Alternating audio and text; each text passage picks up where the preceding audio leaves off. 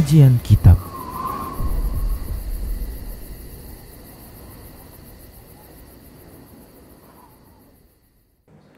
Bismillah, assalamualaikum warahmatullahi wabarakatuh.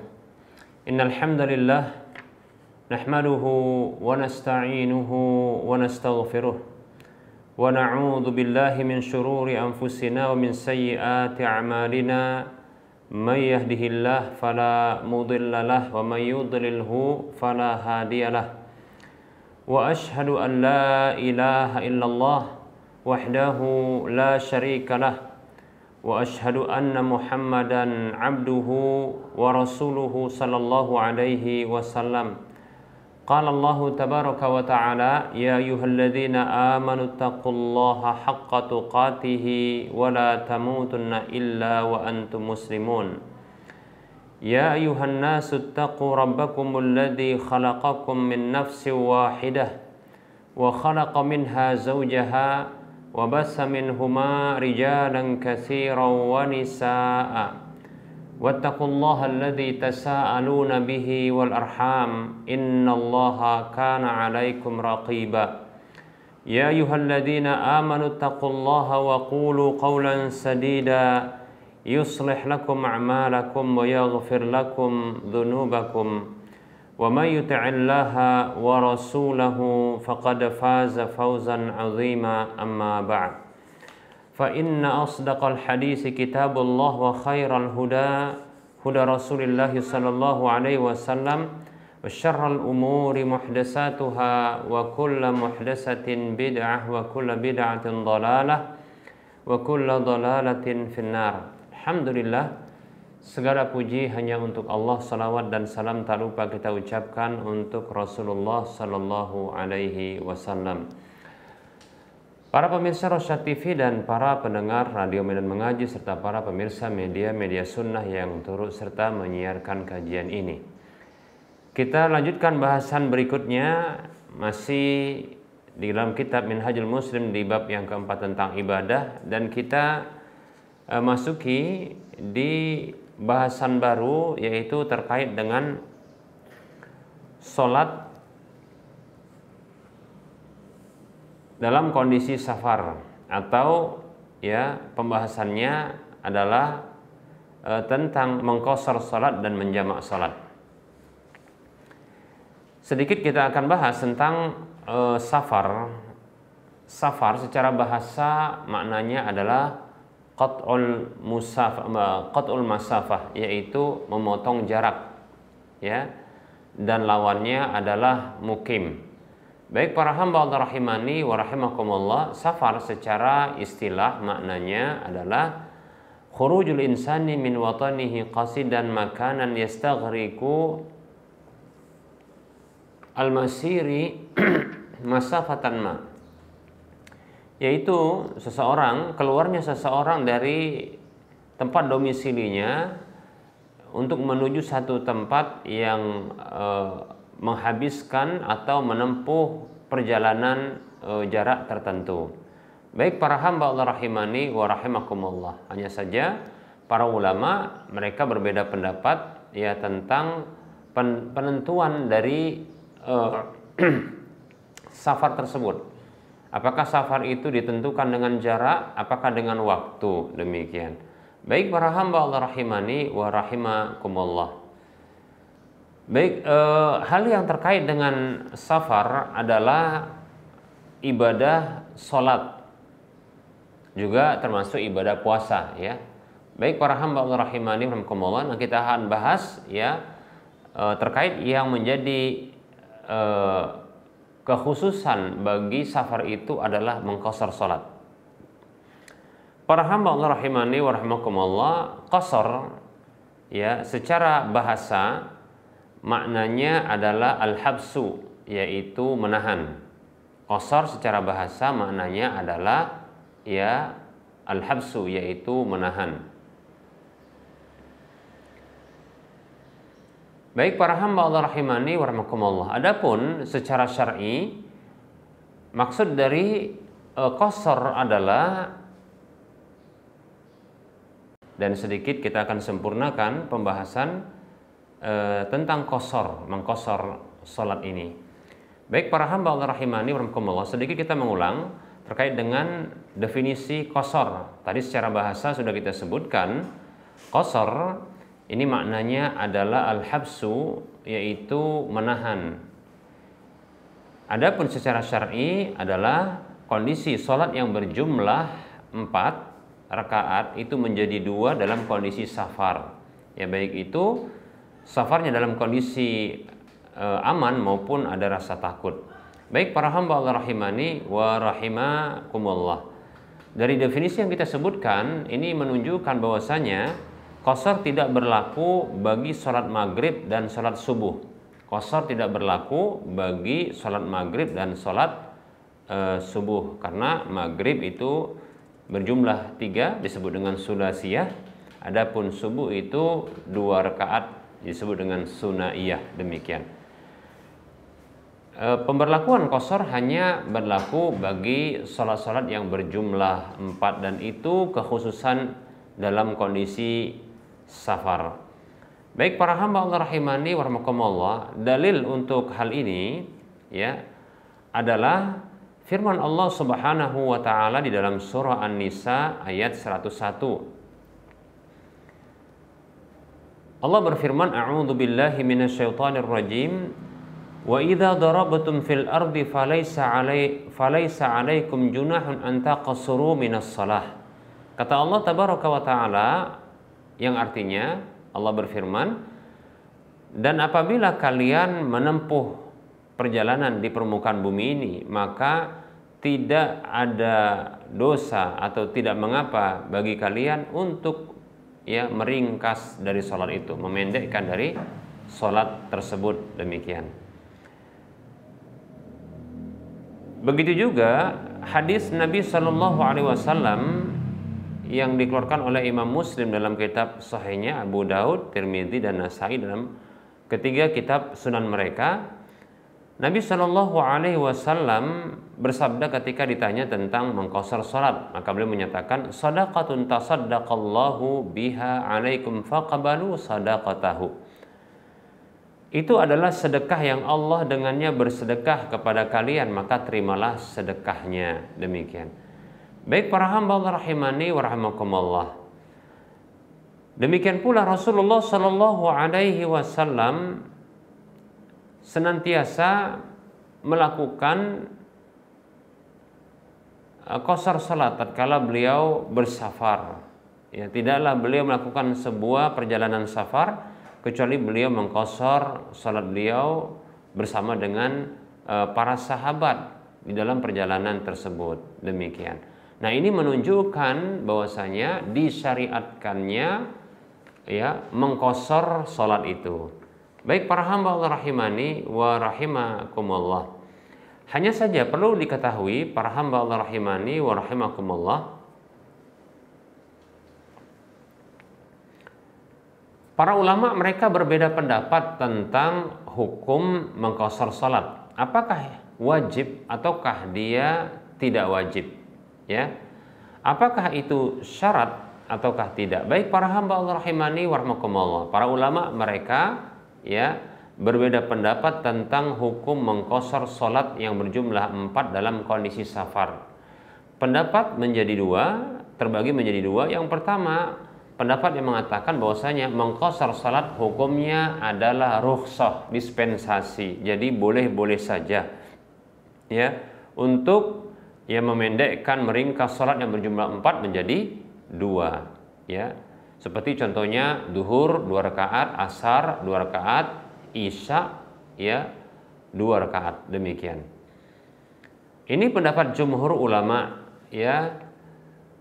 dari kalangan ulama mazhab Maliki, Syafi'i dan Hambali. Demikian. Hanya saja jumhur ulama ini yang berpendapat bahwasanya mengqashar salat, memendekkan salat yang 4 menjadi 2, itu berpendapat bahwasanya boleh atau itu dispensasi. Mereka itu berbeda pendapat. Manakah yang paling afdol? Apakah mengqashar salat itu ataukah menyempurnakan salat? Ataukah memang ada pilihan di antara keduanya? Demikian. Baik para hamba Allah rahimani wa rahmakumullah. Kemudian para hamba Allah rahimani wa rahimakumullah. Berikutnya ya, pendapat yang kedua, pendapat yang mengatakan bahwasanya mengqashar salat itu adalah azimah, yaitu wajib ya. Azimah hukumnya adalah wajib, yaitu asalnya memang dia adalah dalam kondisi safar maka mengqashar salat. Maka tidak boleh ia menyempurnakan salat. Jadi salat yang zuhur, asar dan isya itu wajib dikerjakan cuma 2 rakaat saja, demikian. Nah, ini pendapat ulama mazhab Hanafi dan satu pendapat dari ulama Maliki, dan ini pendapat ulama Zahiri, demikian. Hanya saja kemudian mereka itu ya berbeda pendapat ya tentang seseorang yang apabila dalam kondisi safar dia menyempurnakan salat, apakah batal salatnya ataukah tidak batal salatnya, demikian. Kalau dikatakan batal berarti dinyatakan bahwasanya ya mengqashar salat dalam kondisi safar itu hukumnya adalah syaratnya. Jadi syarat untuk salat dalam kondisi safar adalah dia mengqashar salat. Nah, seperti itu. Yang berjumlah 4 menjadi 2. Baik para hamba Allah rahimani wa rahimakumullah. Nah, ini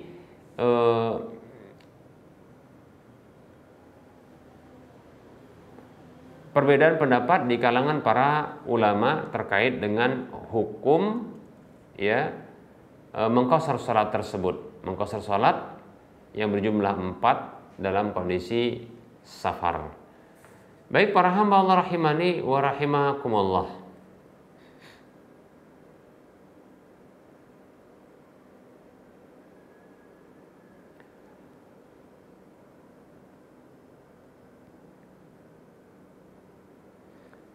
Baik ya, untuk sementara kita cukupkan dulu penyampaian materi yang ringkas ini ya. Insyaallah taala kita akan lanjutkan pada pertemuan yang mendatang. Sedikit kita akan menjawab pertanyaan yang telah masuk ya. Baik para hamba Allah rahimani wa rahimakumullah.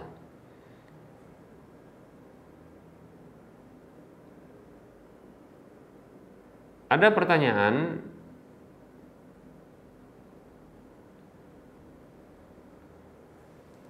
Ada pertanyaan, bismillah, assalamualaikum Ustaz. Saya mau bertanya, apakah sama hukumnya jika seseorang menghibahi temannya yang kafir?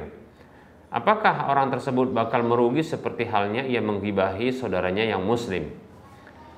Baik para hamba Allah rahimani warahmatullah, ya kita jawab waalaikumsalam warahmatullahi wabarakatuh. Perlu diketahui ghibah itu diharamkan, ya. Ghibah itu diharamkan. Lalu bagaimana menghibahi orang kafir? Wallahu ta'ala alam, termasuk itu sebuah hal yang dilarang. Ya, walaupun dalam hadis itu disebutkan dengan ghibah itu zikruka akhaka bima yakrah, menyebutkan saudaramu dengan sesuatu yang dia tak suka. Sepertinya saudaramu di sini saudara seiman. Maka wallahu ta'ala alam, orang kafir pun sebenarnya tidak boleh disebutkan ya cacatnya, karena itu menyakitinya, demikian. Baik para hamba Allah rahimani wa rahmakumullah, walaupun dalil-dalil terkait dengan larangan berbuat zalim ya itu diarahkan kebanyakannya adalah kepada saudara-saudara seiman ya, seperti al-muslimu akhul muslim, seorang muslim itu saudara bagi muslim yang lain, la tadzlimuhu, jangan kalian berbuat zalim, dan seterusnya, demikian. Namun perlu diketahui juga ada dalil, walaupun ini jarang sekali kita dapatkan, bahwasanya kezaliman itu diharamkan oleh Allah Subhanahu wa taala untuk diberlakukan antar sesama makhluk. Ya, apakah itu sesama makhluk yang beriman ataukah ya tidak yang beriman juga, demikian. Dalam hadis yang diriwayatkan oleh Imam Muslim, Nabi kita Muhammad sallallahu alaihi wasallam beliau bersabda, ya ibadi, wahai para hambaku, inni haramtu zulma ala nafsi, sesungguhnya aku haramkan kezaliman atas diriku, wa ja'altuhu bainakum muharrama, dan aku jadikan ya kezaliman itu sesuatu yang diharamkan di tengah-tengah kalian, fala tadzalamu, maka janganlah saling menzalimi. Baik, di sini Allah menyeru para hambanya, baik yang muslim maupun yang kafir, ya, bahwa dia mengharamkan kezaliman itu atas dirinya, lalu dijadikan kezaliman itu haram juga di tengah-tengah para hamba. Termasuk adalah hamba muslim dengan hamba kafir. Maka tidak boleh, ya. Baik para hamba Allah rahimani rahimakumullah. Ya, karena tentunya tidak boleh tetap menzalimi ya manusia yang lainnya, demikian. Menghibahi termasuk adalah tindakan berbuat zalim. Maka tentunya menghibahi orang kafir ini merupakan bentuk menzalimi orang kafir. Baik, apakah nanti ini akan menjadikan ya berdosanya orang mukmin yang menghibahi orang kafir? Saya condong kepada ya pendapat yang mengatakan ya, bahwasanya memang ya tidak boleh menghibahi orang kafir, demikian, karena itu merupakan bentuk menzalimi orang kafir, dan tidak boleh menzalimi orang kafir. Bukan lantas karena kafirnya itu boleh untuk dizalimi, tidak boleh para hamba Allah rahimani wa rahimakumullah, ya. Nah, apabila seseorang menghibahi orang kafir, ya, nah itu merupakan bentuk menzaliminya, ketahuilah bahwasanya setiap orang kelak, termasuk orang kafir di hari kiamat kelak, mereka berusaha untuk ya melakukan tindakan-tindakan yang bisa melepaskan diri mereka dari siksa bila mereka sudah ditetapkan sebagai hamba yang disiksa, demikian. Begitu juga berusaha untuk melakukan pengurangan siksa, demikian. Nah, bila ada peluang untuk bisa mengurangi siksa, maka mereka lakukan. Perlu diketahui bahwasanya dengan kezaliman yang diberlakukan, ya, maka ini ada peluang untuk bisa ya mendapatkan kebaikan dari orang yang menzalimi, ya, demikian. Nah, seperti itu. Bahkan setidaknya adalah ya dosa orang yang dizalimi itu bisa ditanggung oleh orang yang menzalimi. Baik para hamba Allah rahimani wa rahmakumullah. Orang kafir itu berhak untuk mendapatkan siksa karena kezaliman atau karena dosa-dosa yang dilakukan, dan dia akan menjadi kekal dalam neraka dengan dosa kekafiran yang ada padanya, demikian.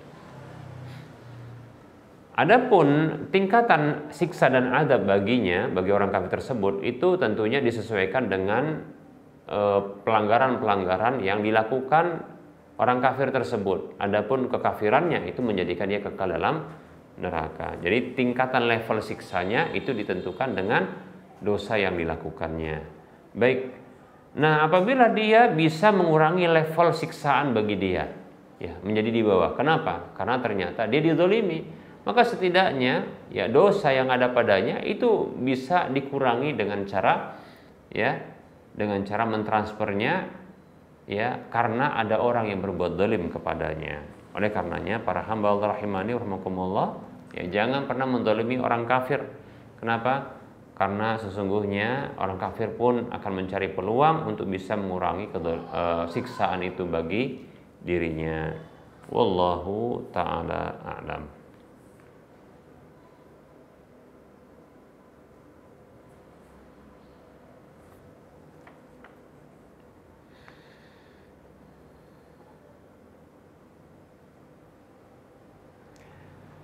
Ada pertanyaan, Assalamualaikum Ustadz, kalau sholat rawatib itu kan ada 12, misalnya sebelum subuh, sebelum dan setelah zuhur dan seterusnya. Nah, seandainya kita bisa kerjakan cuma beberapa saja dari yang dianjurkan tersebut agar dapat rumah di surga, apakah masih dihitung kita melaksanakan sholat rawatib, ataukah karena tidak genap 12 rakaat maka sia-sia atau hilang? Bismillah, waalaikumsalam warahmatullahi wabarakatuh. Ketahuilah tidak akan sia-sia satu kebaikan pun di sisi Allah, ya, apabila seorang hamba, lebih-lebih hamba beriman melakukannya. Ya, apa kata Allah Subhanahu wa taala? A'udzu billahi minasyaitonir rajim. Faman ya'mal misqala dzarratin khairan yarah. Maka siapa saja yang melakukan amal kebajikan walaupun ya sebesar biji zarrah tersebut, maka dia kelak akan melihatnya. Jadi ini menunjukkan bahwasanya ya satu kebaikan sekecil apapun maka itu tidaklah sia-sia di sisi Allah. Bahkan Rasulullah mengatakan sallallahu alaihi wasallam, la tahqiranna minal ma'rufi syai'a walau an talqa akhaka biwajhin tariqin. Hadis riwayat Muslim. Janganlah kamu remehkan satu kebaikan sedikit pun walaupun engkau bertemu dengan saudaramu dalam kondisi ya wajah yang berseri-seri, ya tanpa modal, ya cukup menampakkan wajah yang berseri-seri. Baik para hamba Allah rahimani wa rahimakumullah. Nah, ini menunjukkan bahwasanya kebaikan walaupun kecil itu nggak boleh diremehkan, karena tidak ada yang sia-sia di sisi Allah Subhanahu wa taala, ya. Nah, seorang hamba apabila melakukan sholat dan itu merupakan kebaikan, ya, hanya saja tidak genap 12 rakaat, tentunya itu akan menghasilkan pahala yang banyak. Hanya saja, ya, sebagaimana dalam hadis Ummu Habibah radhiyallahu anha yang diriwayatkan oleh Imam Ibnu Majah, ya, itu tidak didapatkan, ya, sebuah rumah yang Allah bangunkan di surga, dikarenakan merutinkan melakukan sholat 12 rakaat setiap harinya. Maka itu tidak akan didapatkan, ya, karena janji Allah bagi orang yang sholat 12 rakaat dengan sholat sunat rawatib setiap harinya, maka ini yang berhak untuk mendapatkan sebuah rumah tentunya karena ikhlas, ya, demikian. Adapun yang kurang maka tidak berhak untuk mendapatkan janji Allah tersebut. Hanya saja, ya, sholat, ya, yang dilakukan kurang dari 12 rakaat tentunya ini bernilai di sisi Allah Subhanahu wa taala, demikian. Bahkan ya jangankan katakanlah 8 atau 6 atau 4, bahkan 2 rakaat saja ini pahalanya itu lebih baik daripada dunia dan seisinya. Seperti contohnya 2 rakaat sebelum subuh. 2 rakaat setelah adzan subuh, ya, 2 rakaat sebelum sholat fardu subuhnya, ya, disebut dengan raqatul fajri. Nabi mengatakan sallallahu alaihi wasallam, raqatul fajri khairun minad dunya wa ma fiha. 2 rakaat sholat sunat fajar itu, yaitu sebelum subuh, ya, sebelum sholat subuh, maka itu lebih baik daripada dunia dan seisinya, demikian. Hadis riwayat Muslim. Oleh karenanya, ya jangan khawatir, ya, untuk melakukan kebaikan-kebaikan walaupun tidak mencapai target yang diinginkan, tidak akan pernah sia-sia di sisi Allah Subhanahu wa taala. Bahkan ya setiap, ya, sujud kita itu bisa mendekatkan kita kepada Allah Subhanahu wa taala. Bahkan ya kita akan bisa disandingkan, ya, dengan Rasulullah SAW. Ada seorang sahabat yang beliau ditanya oleh Nabi SAW, silahkan meminta. Lalu sahabat ini mengatakan, ya Allah, wahai Rasulullah, ya, aku meminta agar aku bisa bersamamu kelak di surga. Apa kata Rasulullah SAW? Ya, adakah permintaan yang lain? Tidak, itu saja. Maka apa kata Rasulullah SAW? Ya, tolonglah aku, ya, untuk hal itu dengan banyak sujudmu.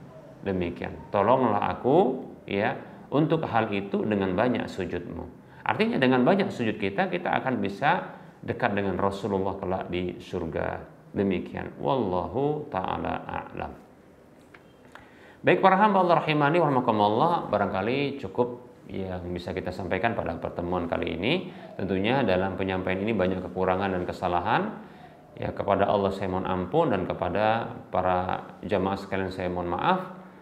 Sebelum kita mengakhiri perjumpaan ini, seperti biasa, yuk kita berdonasi membangun Masjid Al-Muwahhidin. Silakan transfer ke nomor rekening Bank Syariah Indonesia di nomor 7127485555 atas nama Yayasan Lajnah Dakwah Medan kode bank 451. Semoga Anda termotivasi dan semoga bermanfaat. Mohon maaf atas segala kekurangan. Kita ketemu lagi di lain kesempatan. Wassalamualaikum warahmatullahi wabarakatuh. Subhanakallahumma wa bihamdika asyhadu an la ilaha illa anta astaghfiruka wa atubu ilaika walhamdulillahi rabbil alamin. Assalamualaikum warahmatullahi wabarakatuh.